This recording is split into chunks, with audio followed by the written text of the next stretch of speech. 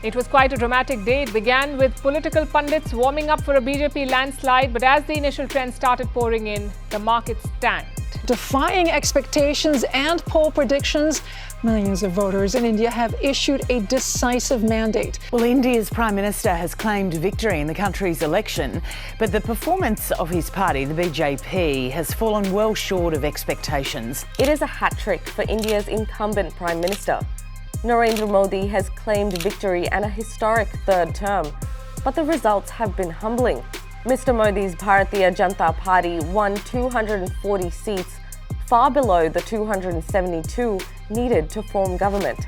But on Tuesday, the Indian Prime Minister said together with his alliance partners, he was set to form the next government. I.N.D.A. की लगातार तीसरी बार सरकार बननी तय है. As the BJP meets up with its coalition partners to work out arrangements, let's take a look at 5 shocking outcomes from this election.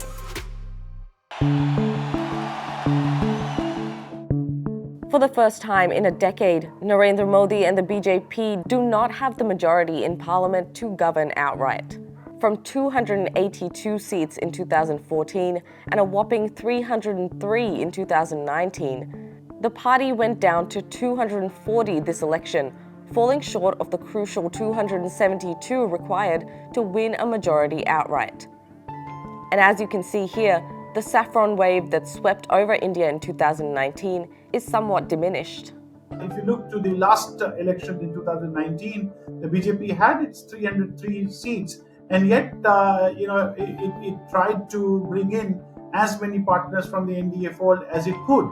So the BJP has the experience of running a coalition and is already in touch with the different constituents. Chandrababu Naidu has been an ally in the past, and he is an ally in the current I.N.D.A. system. So I don't see that there will be much problem, but yes, it will be a first-time thing, and we will see how Modi as Prime Minister responds to that.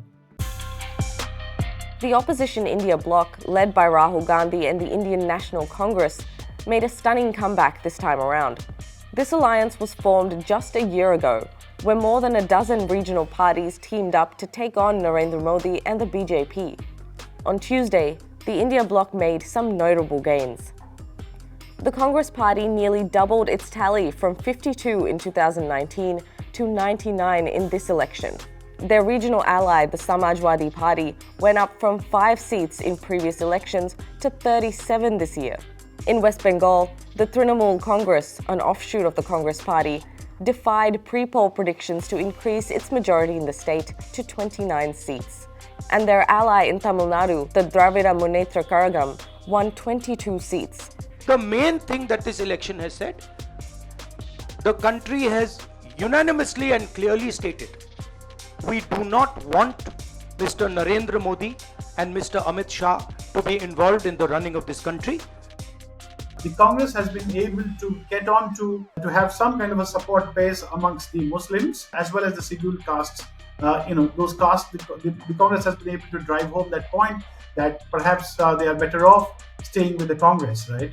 So in a way, I would see that the rebuilding of the Congress, maybe, who knows? It was the BJP's performance in Uttar Pradesh that shocked many. Uttar Pradesh is considered the most important state in Indian politics as it sends the most MPs to parliament. Experts say those who win UP win government. In a massive setback for the BJP-led I.N.D.A., their tally in the state went down from 62 seats out of 80 in 2019 to just 36 this time. The India bloc made a surprising comeback, winning 44 seats in the state. मैं अपनी UP की जनता को ये कहना चाहूंगी कि उन्होंने बहुत ही विवेक दिखाया और मुझे सबसे ज्यादा गर्व अपने यूपी पे है. But how did that happen? What you see is the coming back of the same old brand of caste-based politics, in which the Samajwadi Party, which is the regional party, came along with the national party, that's the Indian National Congress, and tried to build upon some kind of insecurities amongst the amongst the mind of the voters, particularly the younger voters, trying to make them more insecure, trying to say that perhaps the idea of having 400, or the demand for, or the drive for 400 seats is more to ensure that the constitution is changed. Somehow that did find resonance with the masses. Uttar Pradesh wasn't the only state where BJP lost important seats. In Rajasthan, the BJP's seat tally went down from 24 in 2019 to 14 this election.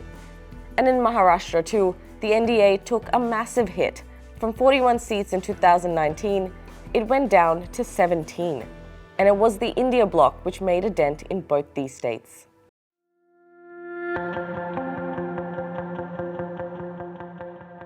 The BJP copped some heavy losses this election. Several prominent candidates lost their seats.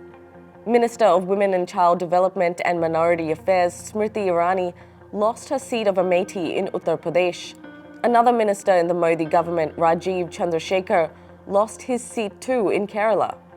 And while Prime Minister Narendra Modi won from his seat of Varanasi for a third time, his vote margin went down from almost 500,000 to just 150,000.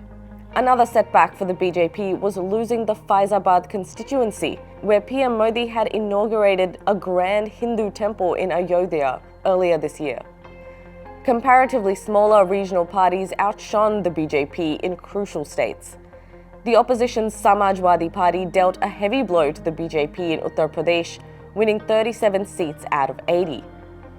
In another setback to the BJP, the Trinamool Congress in West Bengal put up an impressive show. The TMC, which is aligned with the I.N.D.I.A bloc, won 29 of the 42 seats in the state. In Maharashtra too, the BJP's tally reduced by half as the Mahavikas Aghadi coalition, made up of regional parties like the Shiv Sena UBT and the NCP SP, helped the opposition I.N.D.I.A bloc clinch 29 out of 48 seats. Not to be outdone, the BJP's regional allies also came out tops. The Telugu Desam party, led by Chandrababu Naidu, won 16 seats out of 25 in Andhra Pradesh. And another I.N.D.I.A ally, the Janata Dal United, led by Nitish Kumar, won 12 of the 40 seats in Bihar. Both leaders have emerged as kingmakers who are very likely to have an important role in the next Modi-led government. It's no doubt a personal setback for the Prime Minister. For the first time ever, Narendra Modi will have to share power with his coalition partners. And he now faces a much more powerful opposition in Parliament than he has in the last decade, as he leads a coalition government to deliver on his promise to make India the third largest economy.